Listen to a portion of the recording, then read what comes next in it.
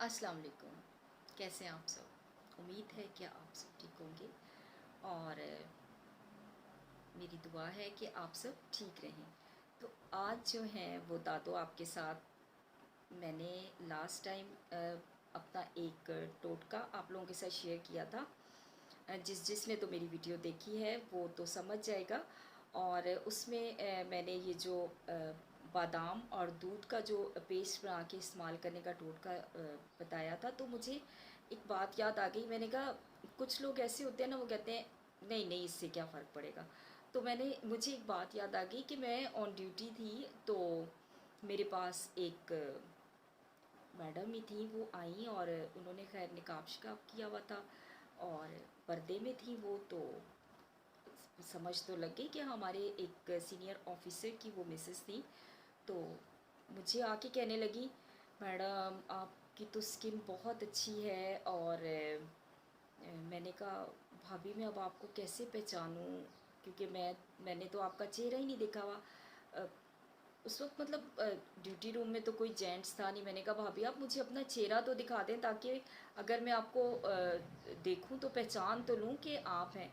तो कहने लगी ओहो सॉरी यार, मेरे इतनी फ्रैकल्स हैं, इतनी फ्रैकल्स हैं। बटरफ्लाई फ्रैकल्स नहीं होती, वो यूं करके यूं बनी होती हैं। और कॉम्प्लेक्शन उनका अच्छा था और वो काफ़ी परेशान थी। तो मैंने कहा क्यों परेशान होती हैं, मैं आपको एक टोटका बताती हूँ, आप इस्तेमाल करें, आपकी फ्रैकल्स ख़त्म हो जाएंगी। खैर उन्होंने मुझे फेस तो अपना दिखाया और फिर उन्होंने वो बादाम और दूध वाला टोटका किया।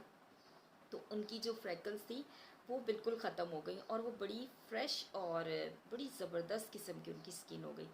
तो मैंने कहा कि आज मैं अपनी बात स्टार्ट करने से पहले ये वाली बात ज़रूर शेयर करूँगी, ताकि मेरी कुछ बहनें भाभियाँ या जो इतनी तकलीफ़ फ्रैकल्स के लिए इतनी ट्रीटमेंट करा रहे हैं और वो फ्रैकल्स जो हैं वो ख़त्म ही नहीं होती। तो ये एक सिंपल सी देखिए, सिंपल सा टोटका है, आप इसे कर लें तो आपकी वाइटनिंग, ब्लीचिंग, फ्रैकल्स और यंग स्किन सारे ये आपके जो है ना अच्छी अ, इससे काफ़ी बेनिफिशियल है ये। तो अब जो मैंने आपसे शेयर करना है वो भी आज मुझे वैसे ही याद आ गया, तो मैंने कहा चलें, क्योंकि देखें ये एक लाइफस्टाइल का ही है चैनल। तो इसमें मैंने आपसे कहा था कि मैं जो हूँ अपने कुछ ऐसे एक्सपीरियंस आप लोगों के साथ शेयर करूँगी। तो मैं ज़ाहिर है ड्यूटी पे ही थी और मैं ज़्यादा आपके साथ ड्यूटी के ही एक्सपीरियंस शेयर करूँगी। तो एक अम्मा जी आई ईसीजी कराने। मुझे ईसीजी की लीड्स वगैरह लगा के ईसीजी करनी थी। अब जब ईसीजी आप करते हैं तो लीड्स लगाते हुए वो आपको मतलब चेस्ट लीड्स होती हैं। तो अब जब मैं अम्मा जी को लीड्स लगाने लगी ना, तो अम्मा जी के पास से इतनी स्मेल आ रही थी, इतनी स्मेल आ रही थी कि मेरा दिल बहुत दुखा, मेरी आंखों में आंसू आ गए। मैंने कहा कभी हमने भी बूढ़े होना है या हमारे भी पेरेंट्स हैं। तो मुझे मेरी आंखों में आंसू आ गए और ये 2007 की बात है। अब मैं उनके साथ ना एक ख़ातून थी। अब देखिए कभी कभी हम इतना नेगेटिव सोच लेते हैं। मैंने कहा ज़ाहिर है अक्सर लोगों का ख्याल होता है कि बहुएं तो पूछती नहीं हैं, जबकि ऐसा नहीं है। बहुत अच्छी अच्छी बहुएं होती हैं और पूछती भी हैं। बेटे अच्छे हों तो बहुएं ज़रूर पूछती हैं, लेकिन अगर आपके बेटे ही केयर नहीं कर रहे, केयरिंग नहीं है, तो फिर बहुएं शायद इतना नहीं पूछेंगी, लेकिन फिर भी अपना पूछ लेती हैं। तो अब वो जो थी ना, जब मुझे स्मेल आ रही थी वो समझ गई कि इनको बहुत स्मेल आ रही है।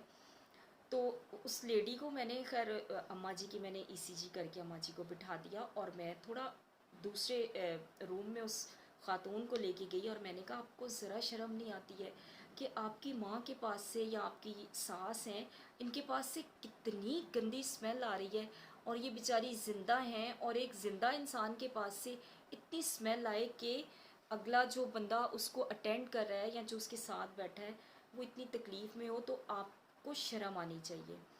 अब वो काफ़ी शर्मिंदा हो रही थी। मैंने कहा आप क्या लगती हैं इसकी, क्योंकि देखिए एकदम से मैं ये इल्ज़ाम तो नहीं लगा सकती थी कि बहू है तो जी स्मेल आ रही है। मैंने कहा आप क्या लगती हैं इसकी? तो कह लगी मैडम ये ना अभी मेरे पास कुछ दिनों से आई हैं, लेकिन हमारी अम्मी ना नहाने में बहुत کیئر لیس ہیں، تو میں نے کہا بھی کیئر لیس ہیں امی تو آپ نہلائیں نا امی کو، اور یہ وہ تو بیٹی تھی.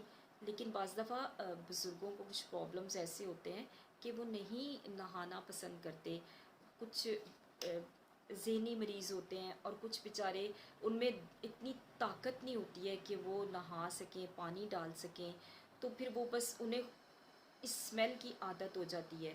تو میرے مائنڈ میں یہ بات تھی، میں نے کہا یہ میں شیئر کروں گی کہ اپنے بزرگوں کو صاف ستھرا رکھیں، اپنے بزرگوں کو نہلائیں، ان کو نیٹ رکھیں، کیونکہ کل کو میں نے بھی بوڑھے ہونا ہے، اور آپ نے بھی جتنے لوگ، جتنی میری بہنیں یا بھابیاں یہ ویڈیو دیکھ رہی ہیں، ضرور کوشش کریں کہ ان کے جو بزرگ ہیں، ماں باپ ہیں، ماں ہے یا باپ ہے یا کوئی اور ایسا بزرگ ہے جو ان کے ساتھ رہتا ہے، تو آپ اس کی صفائی کا ضرور خیال رکھیں، کیونکہ صاف ستھرا رہنے سے کئی بیماریاں جو ہوتی ہیں نا وہ نہیں لگتی ہیں.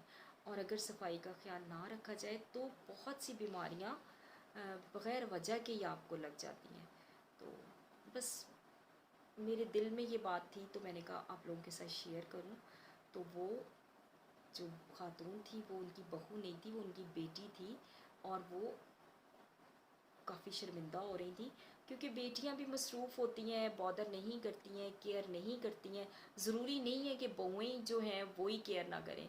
تو اس میری شیئرنگ کو پازیٹیو لینا ہے آپ لوگوں نے، اور اپنے بزرگوں کو صاف ستھرا رکھنا ہے.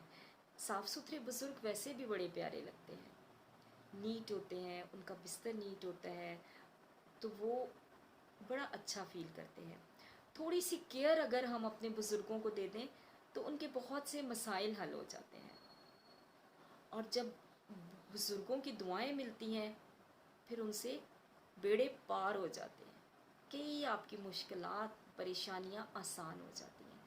تو اپنے بزرگوں کا بہت سا خیال رکھیں، کیونکہ میں نے اور آپ نے بھی بوڑھے ہونا ہے، یہ وقت ہم پہ بھی آنا ہے. بہت سا خیال رکھیے گا. اللہ حافظ.